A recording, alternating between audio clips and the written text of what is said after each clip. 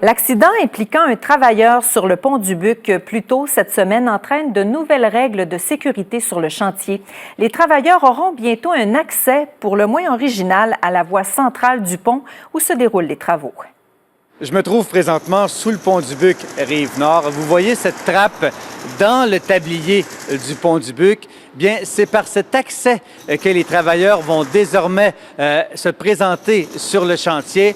On va aménager le plus rapidement possible un escalier qui va leur permettre de se rendre sur les lieux. Pour que les travailleurs puissent accéder par en dessous, sur le dessus du pont du Buc dans le fond, ils vont se retrouver à entrer directement dans la zone de travaux. Ils n'auront plus à traverser des voies de circulation. Une autre trappe du genre sera installée sur la rive sud, de l'autre côté. C'est d'éliminer le risque à la source. Donc là, les travailleurs n'auront plus besoin de traverser la voie publique pour accéder au chantier. Donc il n'y aura plus de risque de collision avec un véhicule. Les travailleurs n'auront donc plus à utiliser ces escaliers que vous retrouvez de chaque côté des deux entrées.